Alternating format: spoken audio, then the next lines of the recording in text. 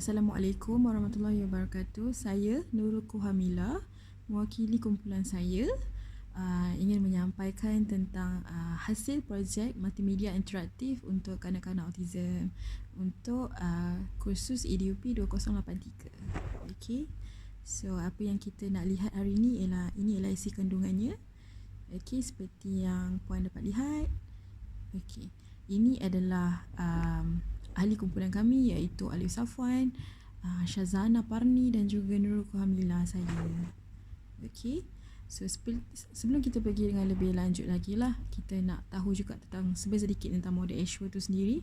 Okey, model Ashwa ni ia digubal oleh Hanish dan rakan-rakannya pada tahun 1982, iaitu ia bertujuan untuk menyediakan panduan merancang dan mengendalikan pengajaran yang memerlukan penggunaan media untuk guru-guru. Okey.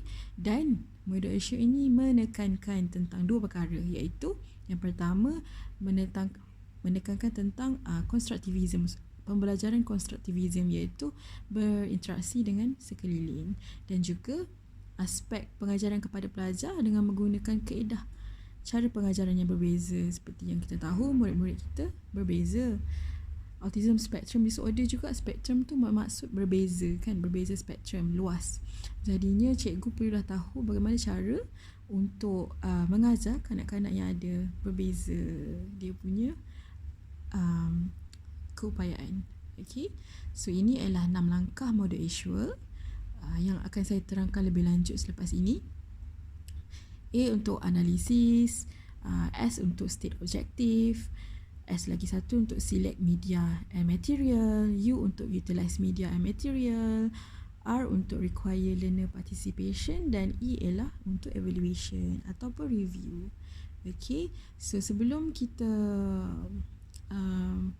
pergi ke multimedia yang kami pilih, kita cerita sikit tentang kanak-kanak autism. Okay, kanak-kanak autism ni ialah kanak-kanak yang mempunyai kesukaran dalam komunikasi, mempunyai kesukaran dalam mengawal tingkah laku dan mempunyai tingkah laku yang berulang-ulang, dan mereka juga ada masalah dalam social interaksi.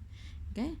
Okey, tiga-tiga perkara ini menyebabkan mereka mempunyai kesukaran dalam pembelajaran mereka, dan apa yang kelebihan mereka ialah visual learner. Okey, visual membantu, sokongan visual ni membantu mereka untuk belajar.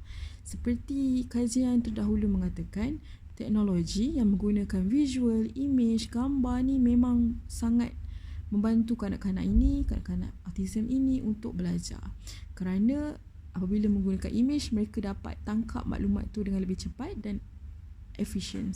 Dan menggunakan visual, mereka dapat tarik perhatian kanak-kanak autism ni lebih lama. Kerana kita tahu kanak-kanak autism ni dia punya perhatian dia pendek. Jadi apabila menggunakan gambar, perkara-perkara yang mereka minat yang akan menyebabkan mereka lebih fokus waktu belajar. Okay, so ini adalah projek multimedia yang kami pilih untuk kumpulan kami, iaitu Kids Zoo Site yang menggunakan Google Site, yang menceritakan tentang pelbagai jenis haiwan, dan di sini juga terdapat murid-murid boleh mengetahui tentang menonton video, persembahan slide, membuat latihan dan juga bermain permainan yang berkaitan haiwan. Dan di sini mereka akan menambahkan ilmu mereka tentang haiwan lah. Okay. Okay, next kali ialah hubung kait model Ashwa dengan projek media yang terhasil. Okay. Yang seperti yang kita tahu, ada 6 langkah dalam model Ashwa, dan 6 langkah itu ialah telah menunjukkan kami cara untuk merancang bagaimana untuk menghasilkan site ini. Okey, yang pertama sekali ialah A, iaitu analisis. Analisis pelajar, seperti yang kita tahu, kita kena analyse pelajar kita sebelum kita rancang sesuatu pengajaran, kerana di sini kita mengambil ciri-ciri umum murid ialah murid-murid berkeperluan khas autism. Daya perhatian yang singkat saja, kurang daripada 5 minit, dan berumur 4 hingga 6 tahun. Selain itu, sebelum kita belajar, murid-murid ini mesti ada pengetahuan yang sedia ada. Contohnya, kanak-kanak ini pernah nampak haiwan di televisyen ataupun ibu bapa pernah bercerita tentang haiwan.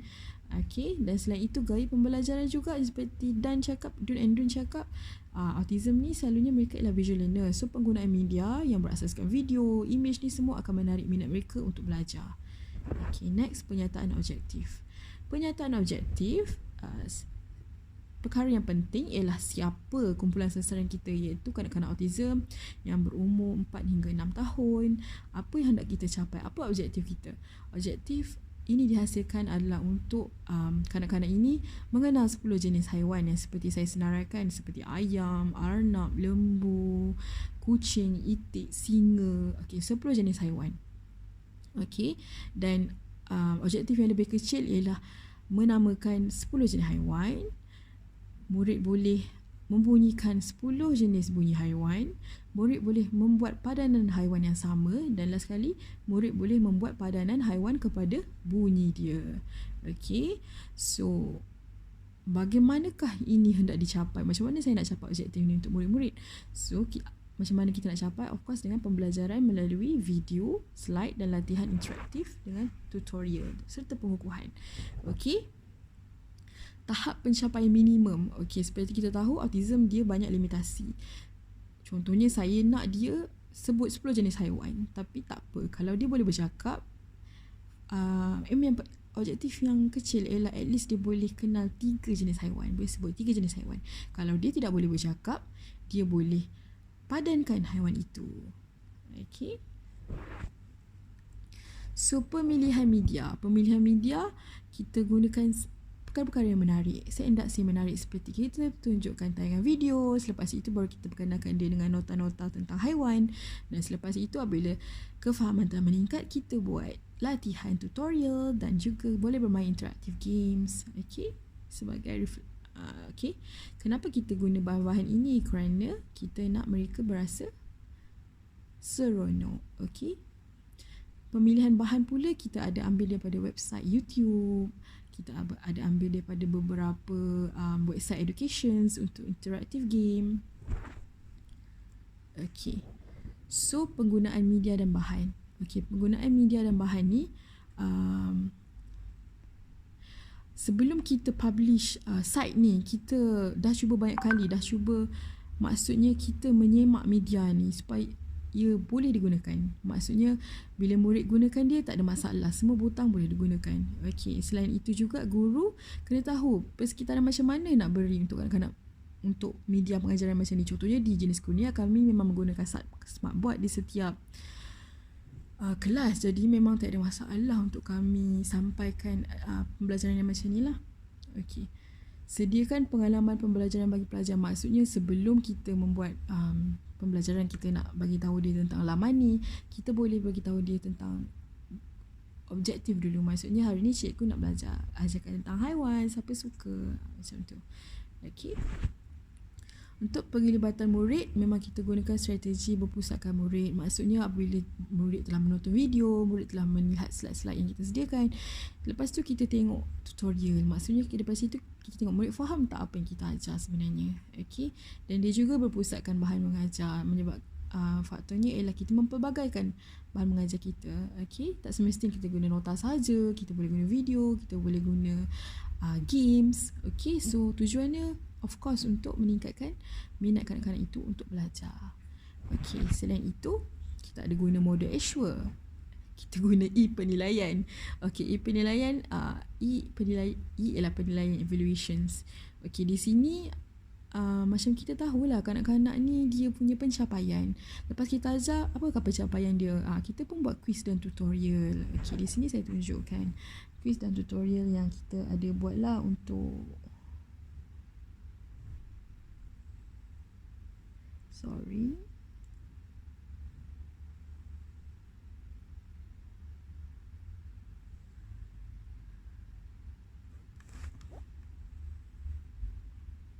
Okey.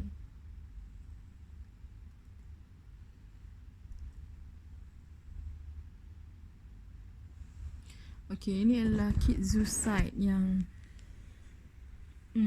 okey. So adalah contoh tutorial lah yang ada. Okey, contoh ni tutorial 1. Okey, kita quiz. Tu nama dia. Dan dia boleh menjawab soalan padanan haiwan. Ini ialah quiz, ialah apa yang cikgu telah hasilkan lah. Okey. So soalan yang pertama, dia kena padankan haiwan yang sama. Itu lembu. Okey.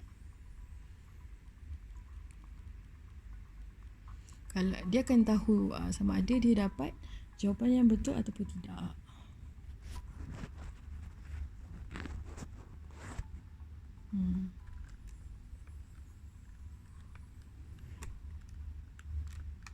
Okey.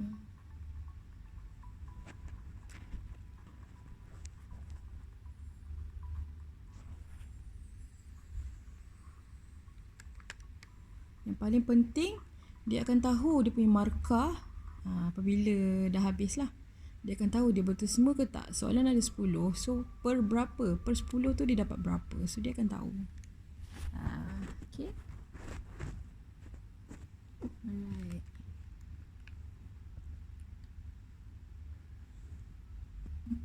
Okay.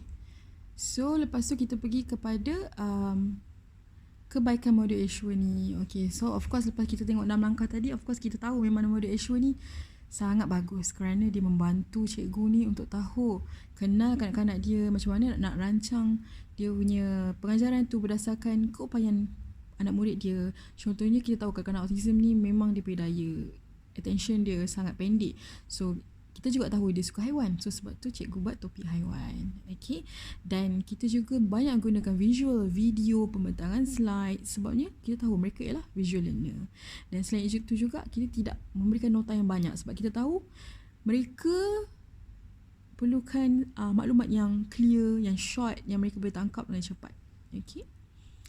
Okay, ini ialah penambahbaikan hasil projek. Of course setiap projek tu ada kelemahan dia. Okay, contohnya untuk projek kami ni maybe guru boleh daripada 10 jenis haiwan tadi, maybe guru boleh fokuskan kepada satu haiwan. Maksudnya macam dia boleh bahagikan kepada amphibia, reptilia, mamalia. So di situ murid ni lebih macam nampak lah ada pelbagai jenis haiwan berbanding cikgu hanya sebut saja 10 jenis haiwan. Selain itu juga di laman site ini tiada lagu-lagu menarik tentang haiwan. Maybe kalau nak menarik lagi boleh tambah supaya kanak-kanak ni suka. Okay. Untuk kesimpulannya pula,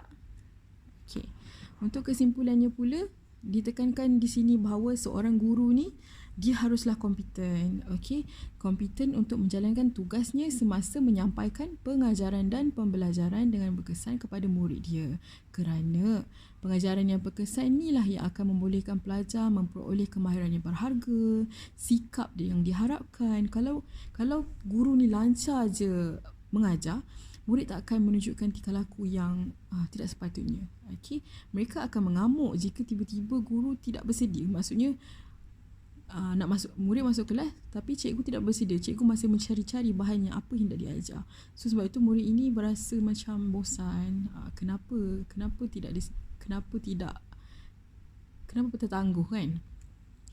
Okay. Selain itu, apabila cikgu berjaya merancang pengajaran yang menarik, murid akan lebih menghormati guru itu dan suka akan guru itu. Okay. Selain itu juga, saya tekankan juga autism ialah visual learner. Jadinya penggunaan visual memang sangat membantulah. Okay. Kerana yang pertama sekali, visual seperti video ni memang meningkatkan keupayaan bilangan bacaan untuk murid-murid itu. Maksudnya taklah dia baca teks, maksudnya dia nampak apakah maklumat-maklumat yang dia dapat berdasarkan visual yang dia dapat tu. Dan juga pembangunan asas pengetahuan pelajar, dia lebih faham dan meningkatkan motivasi dan semangat dia. Dan yang paling penting sekali, keberkesanan kita sebagai guru ni menyampaikan apa yang kita nak ajar tu dapat kepada murid. Okay. Jadinya itulah pentingnya. Seperti yang kita tahu, autism ialah visual learner. Jadinya cikgu tak boleh guna satu medium sahaja. Cikgu guna pelbagai medium untuk mendapatkan minat murid. Apabila murid ni dia rasa berminat, baru dia akan beri perhatian kepada kita. Okay, saya rasa itu saja untuk grup saya. Terima kasih. Assalamualaikum.